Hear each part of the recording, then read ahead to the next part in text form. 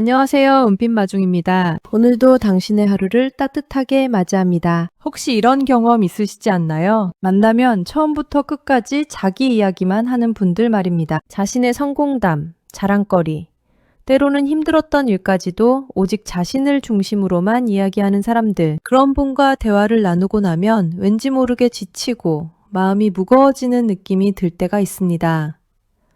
저는 이런 분들의 마음을 이해합니다. 어쩌면 그들도 나름의 이유가 있을 것이고 그들만의 아픔이 있을 것입니다. 우리가 그저 피곤하다고 느끼는 그 순간에도 그들은 무언가를 간절히 전하고 싶어하는 마음이 있을지도 모릅니다. 하지만 여기서 한 가지 재미있는 사실을 발견하게 됩니다. 조용히 다른 사람의 이야기를 들어주는 분들과 항상 자기 이야기만 하는 분들 사이에는 어떤 차이가 있을까요?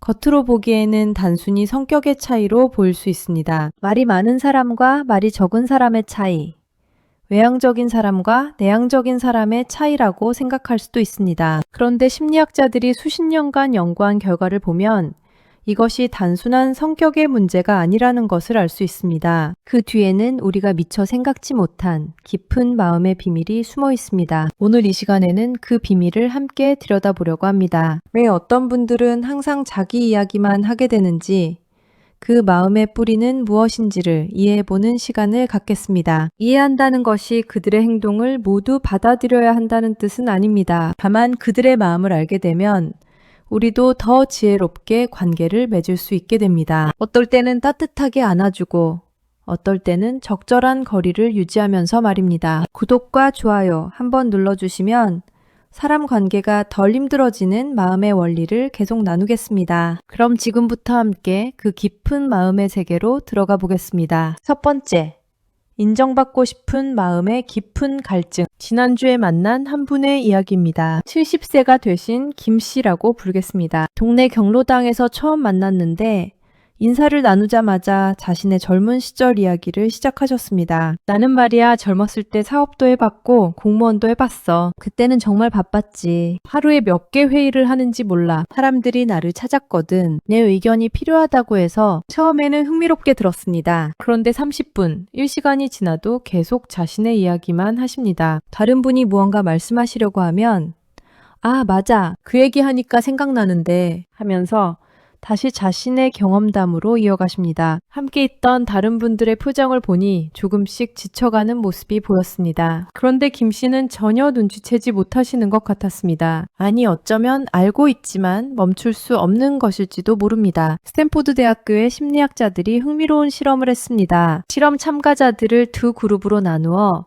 한 그룹은 자신의 성공 경험을 이야기하게 하고 다른 그룹은 다른 사람의 이야기를 듣게 했습니다. 그 결과 놀라운 사실을 발견했습니다. 자신의 이야기를 많이 한 사람들일수록 더 많은 인정을 받고 싶어 했습니다. 마치 목마른 사람이 물을 마실수록 더 목이 마르는 것처럼 자기 이야기를 할수록 더 많은 관심과 인정을 갈구하게 되었습니다. 또 다른 연구에서는 이런 경향이 특히 어린 시절 충분한 관심을 받지 못했던 사람들에게서 더 강하게 나타난다는 것을 알아냈습니다. 어릴 때 부모님이나 주변 사람들로부터 잘했다, 대단하다는 말을 충분히 듣지 못한 사람들은 성인이 되어서도 그 갈증을 채우려고 합니다. 이것을 심리학에서는 인정욕구의 보상회로라고 부릅니다. 뇌에서 인정받을 때 나오는 도파민이라는 물질 때문에 인정받는 경험을 반복하고 싶어 하게 됩니다. 그렇다면 항상 자기 이야기만 하는 분들의 마음 깊은 곳에는 무엇이 있을까요? 가장 큰 것은 나도 소중한 사람이라는 것을 증명하고 싶은 마음입니다. 자신의 과거 경험, 성취, 심지어는 고난의 경험까지도 이야기하는 이유는 내가 여기 있다, 내가 살아온 삶이 의미가 있다 는 것을 확인받고 싶기 때문입니다. 특히 나이가 들면서 사회적 역할이 줄어들고 예전만큼 사람들의 관심을 받지 못하게 되면 이런 경향이 더 강해집니다. 젊었을 때는 직장에서, 가정에서 인정받을 기회가 많았지만 은퇴 후에는 그런 기회가 줄어듭니다. 그래서 예전 이야기를 반복해서 하게 되는 것입니다. 또 하나는 외로움을 달래고 싶은 마음입니다. 자기 이야기를 한다는 것은 누군가와 연결되고 있다는 느낌을 주기 때문입니다. 비록 상대방이 지루해 하더라도 말하고 있는 그 순간만큼은 혼자가 아니라는 느낌을 받습니다. 아리스토텔레스는 이렇게 말했습니다. 인간은 사회적 동물이다. 혼자서는 살 수 없는 존재이다. 우리는 모두 다른 사람들과의 연결을 통해서 자신의 존재를 확인합니다. 자기 이야기를 하는 것도 결국은 다른 사람과 연결되고 싶은 마음, 자신의 존재를 확인받고 싶은 마음에서 나오는 것입니다. 김 씨와 같은 분들을 만날 때 우리는 조금 다른 시각으로 바라볼 수 있습니다. 그분들이 끊임없이 자기 이야기를 하는 것은 나를 봐주세요. 나도 소중한 사람입니다. 라고 말하는 것일지도 모릅니다. 물론 모든 대화를 그분들의 이야기로 채워줄 필요는 없습니다. 하지만 가끔은 따뜻한 눈빛으로 그러셨군요. 정말 대단하셨네요. 라는 말 한마디로 그분들의 마음을 달래줄 수 있습니다. 그것만으로도 그분들의 갈증이 조금은 해소될 수 있습니다. 두 번째, 들어주는 경험의 부족함. 제가 알고 있는 또 다른 분의 이야기입니다. 이분을 박 씨라고 부르겠습니다. 조급 5세이신 박 씨는 어릴 때부터 자신의 의견이나 감정을 표현할 기회가 많지 않으셨다고 합니다. 우리 때는 말이야, 어른들 앞에서 아이들이 말하는 게 아니었어. 아버지가 말씀하시면 네 하고 듣기만 하는 거지. 내 생각이 어떤지, 내가 뭘 좋아하는지 물어보는 사람도 없었고, 박 씨는 결혼 후에도 비슷한 경험을 하셨습니다. 남편은 집안일과 아이 키우는 일에만 관심을 가졌고, 박 씨의 개인적인 생각이나 꿈에 대해서는 별로 관심을 보이지 않았습니다. 그래서 지금 자녀들이 다 키운 후 사람들을 만나면 그동안 하지 못했던 이야기들을 모두 쏟아내려고 합니다. 마치 댐이 터진 것처럼 말입니다. 하버드 대학교의 연구팀이 재미있는 실험을 했습니다. 어린 시절부터 자신의 이야기를 충분히 들어준 경험이 있는 사람들과 그렇지 않은 사람들을 비교해 본 것입니다. 결과는 놀라웠습니다. 어릴 때부터 부모나 주변 어른들이 자신의 이야기를 진심으로 들어주었던 사람들은 성인이 되어서도 다른 사람의 이야기를 잘 들어주는 경향을 보였습니다. 반대로 자신의 이야기를 들어준 경험이 부족한 사람들은 다른 사람보다 자기 이야기를 먼저 하려는 경향을 보였습니다. 이것을 대화 패턴의 학습 효과라고 합니다. 우리는 어릴 때 경험한 대화 방식을 무의식적으로 따라하게 됩니다. 들어준 경험이 있는 사람은 들어주는 법을 알고, 들어준 경험이 없는 사람은 들어주는 법을 모르게 되는 것입니다. MIT의 뇌과학 연구소에서는 이런 패턴이 뇌의 구조와도 관련이 있다는 것을 발견했습니다. 어릴 때 충분한 대화 경험을 하지 못한 사람들의 뇌에서는 다른 사람의 감정을 읽는 부분의 활성도가 상대적으로 낮았습니다. 박 씨와 같은 분들의 마음을 들여다보면 그들은 사실 대화하는 법을 배우지 못한 것일 수도 있습니다. 대화라는 것은 주고받는 것이라고 머리로는 알고 있지만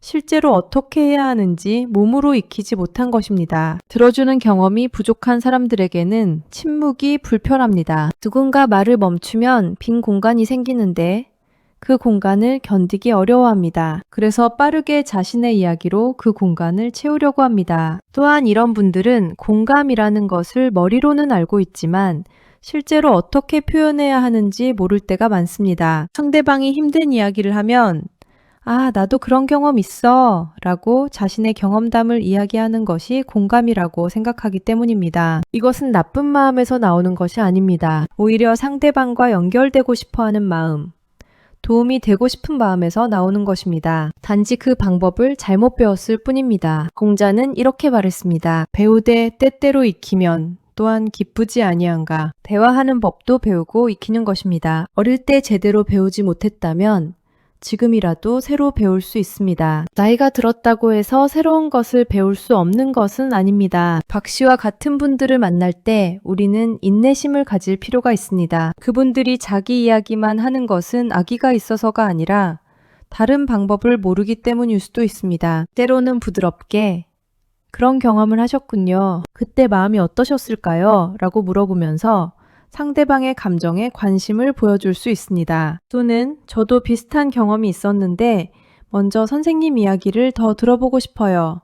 라고 말하면서 계속 들어줄 수도 있습니다. 약은 변하지만 이런 경험들이 쌓이면 그분들도 점차 다른 사람의 이야기를 들어주는 법을 배우게 될 것입니다. 세 번째, 불안감을 달래는 방법으로서의 말하기. 요양원에서 만난 이 씨의 이야기입니다. 75세이신 이 씨는 처음 만나는 사람에게도 거침없이 자신의 이야기를 합니다. 그런데 유심히 관찰해 보니 특이한 점이 있었습니다. 이 씨는 상대방이 조금만 다른 주제로 이야기를 돌리려고 하면 불안해하는 표정을 보였습니다. 그리고 재빨리 다시 자신의 이야기로 돌려놓았습니다. 아, 맞아. 그 얘기하니까 말인데 내가 젊었을 때 처음에는 단순히 관심받고 싶어서 그러는 줄 알았습니다. 그런데 자세히 보니 이 씨는 자신의 이야기를 하고 있을 때만 편안해 보였습니다. 다른 사람의 이야기를 들을 때는 손을 만지거나 다리를 떨거나 하는 불안한 행동을 보였습니다. 나중에 알게 된 사실은 이 씨가 혼자 있는 시간을 매우 힘들어한다는 것이었습니다. 혼자 있으면 온갖 걱정들이 머리를 맴돌기 때문에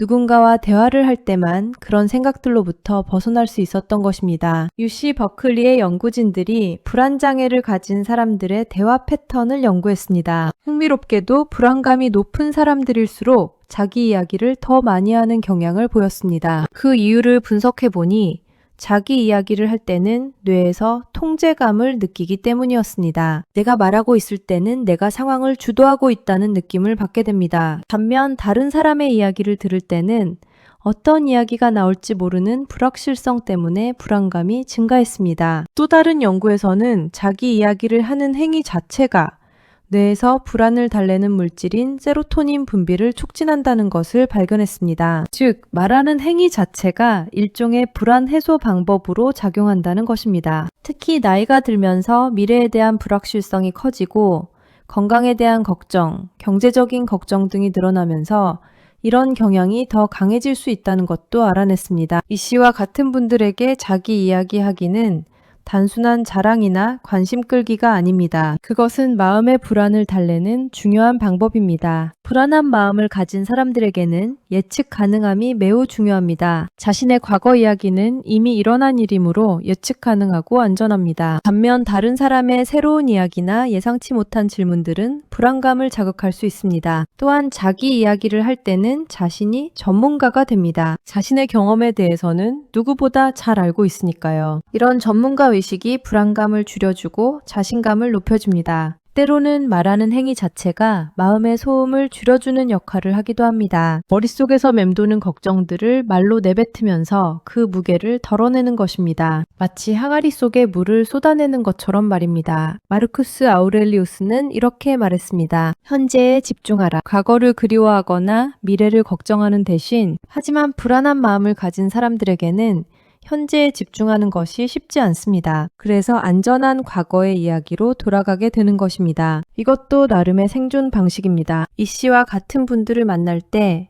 우리는 그분들의 불안감을 이해해 줄 필요가 있습니다. 그분들이 계속 자기 이야기를 하는 것은 마음의 안정을 찾기 위한 방법일 수 있습니다. 무작정 다른 사람 이야기도 들어보세요 라고 말하기보다는 먼저 그분들이 안전함을 느낄 수 있도록 해주는 것이 중요합니다. 그런 경험을 하셨으니 많이 힘드셨겠어요 라고 공감해주거나 지금은 어떠세요? 라고 현재의 안녕을 확인해주는 것만으로도 큰 도움이 됩니다. 그분들의 불안감이 조금 가라앉으면 자연스럽게 다른 사람의 이야기에도 귀를 기울일 여유가 생길 것입니다. 네 번째, 관계 맺는 법을 잘못 배운 경우. 동네 복지관에서 만난 최 씨의 이야기입니다. 68세이신 최 씨는 정말 좋은 분입니다. 다른 사람을 도와주려는 마음도 크고 나름대로 배려심도 있으십니다. 그런데 한 가지 특이한 점이 있었습니다. 최 씨는 다른 사람이 고민을 이야기하면 바로 자신의 해결 경험담을 늘어놓으셨습니다. 아, 그런 문제로 고생하시는구나. 나도 그런 적 있었어. 내가 그때 어떻게 했냐면, 그리고 30분 동안 자신이 어떻게 그 문제를 해결했는지,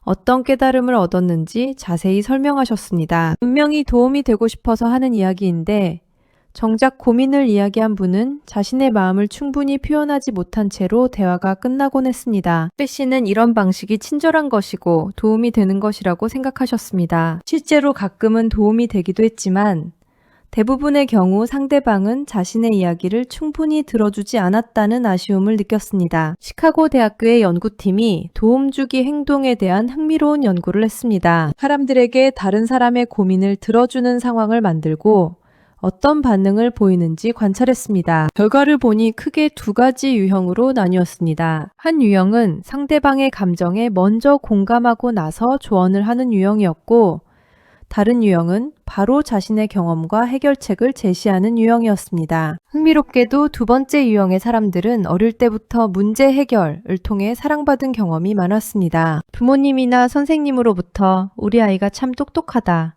문제를 잘 해결한다는 칭찬을 받으며 자란 경우가 많았습니다. 이런 분들은 도움을 준다는 것을 해결책을 제시하는 것이라고 학습했습니다. 그래서 다른 사람이 고민을 이야기하면 반사적으로 자신의 해결 경험을 이야기하게 되는 것입니다. 반면 첫 번째 유형의 사람들은 어릴 때 자신의 감정을 충분히 들어준 경험이 있었습니다. 그래서 다른 사람의 감정도 먼저 들어주는 것이 도움이 된다는 것을 자연스럽게 알고 있었습니다. 최 씨와 같은 분들의 마음을 들여다보면 그들은 정말로 도움이 되고 싶어 합니다. 하지만 도움이라는 것에 대한 이해가 조금 다를 뿐입니다. 이런 분들은 보통 문제 해결 능력이 뛰어나신 경우가 많습니다. 실제로 인생을 살면서 여러 어려움들을 잘 극복해 오셨고, 그런 경험이 자신의 자부심이기도 합니다. 그래서 다른 사람이 어려움을 이야기하면 자신의 소중한 경험을 나누어 주고 싶어 하는 것입니다. 하지만 사람의 마음이라는 것은 단순히 문제를 해결하는 것만으로는 치유되지 않습니다. 때로는 그냥 들어주는 것만으로도 큰 힘이 됩니다. 누군가 내 이야기를 끝까지 들어주었다는 사실 자체가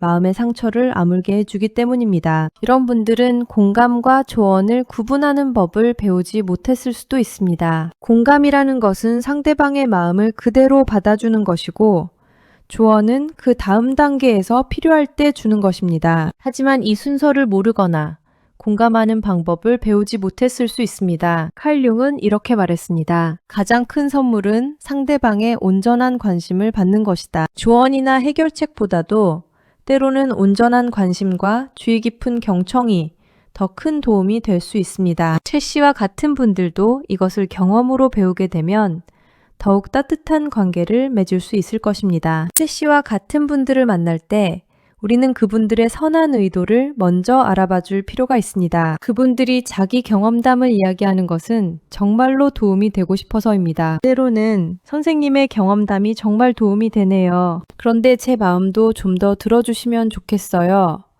라고 부드럽게 표현할 수 있습니다. 또는 선생님이 그런 어려움을 잘 극복하셨군요. 저도 지금 비슷한 마음이에요. 라고 말하면서 자신의 감정을 좀 더 표현해 볼 수도 있습니다. 이런 분들은 새로운 방식을 배우는데 시간이 걸릴 수 있지만 한번 배우고 나면 정말 좋은 대화 상대가 될 수 있습니다. 해결 능력도 뛰어나고 도움을 주려는 마음도 크기 때문입니다. 오늘 우리는 항상 자기 이야기만 하는 사람들의 마음을 들여다보았습니다. 첫 번째로는 인정받고 싶은 마음에 깊은 갈증이 있었습니다. 어릴 때부터 충분한 인정을 받지 못한 채로 살아온 분들이 지금이라도 그 갈증을 채워보려는 마음이었습니다. 두 번째로는 들어준 경험의 부족함이었습니다. 자신의 이야기를 충분히 들어준 경험이 없다 보니 다른 사람의 이야기를 어떻게 들어주어야 하는지 모르는 경우였습니다. 세 번째로는 불안감을 달래는 방법으로서의 말하기였습니다. 자기 이야기를 할 때만 마음이 안정되고 다른 사람의 이야기를 들을 때는 불안해하는 분들의 마음이었습니다. 네 번째로는 관계 맺는 법을 잘못 배운 경우였습니다. 정말로 도움이 되고 싶어 하지만 공감보다는 조언을 먼저 하게 되는 분들의 마음이었습니다. 이 모든 것을 알게 되었다고 해서 우리가 그분들의 모든 행동을 다 받아주어야 한다는 뜻은 아닙니다. 때로는 지치기도 하고 때로는 거리를 두어야 할 때도 있습니다. 그것도 자연스러운 일입니다. 하지만 이제 우리는 조금 더 지혜롭게 이런 분들과 관계를 맺을 수 있습니다. 어떨 때는 그분들의 갈증을 이해하고 잠시 들어주고 어떨 때는 부드럽게 경계를 그으면서 말입니다. 무엇보다 중요한 것은 그분들도 우리와 같은 사람이라는 것입니다. 사랑받고 싶어하고 인정받고 싶어하고 외롭지 않고 싶어하는 마음을 가진 사람들입니다. 다만 그 마음을 표현하는 방식이 조금 다를 뿐입니다. 관계를 계속할지 말지는 우리의 선택입니다. 만약 그 관계가 우리에게 너무 큰 부담이 된다면 거리를 두어도 괜찮습니다. 하지만 만약 그 관계를 이어가기로 했다면 조금 더 따뜻한 마음으로 바라봐 줄 수 있을 것입니다. 은빛 마중과 함께 해주셔서 감사드리며 구독과 좋아요로 함께 해주시면 관계가 한결 편해지는 심리 이야기를 계속 전해드리겠습니다. 모든 만남에는 이유가 있고 모든 사람에게는 이야기가 있습니다. 오늘도 여러분의 하루가 따뜻한 이해와 지혜로 가득하기를 바랍니다. 감사합니다.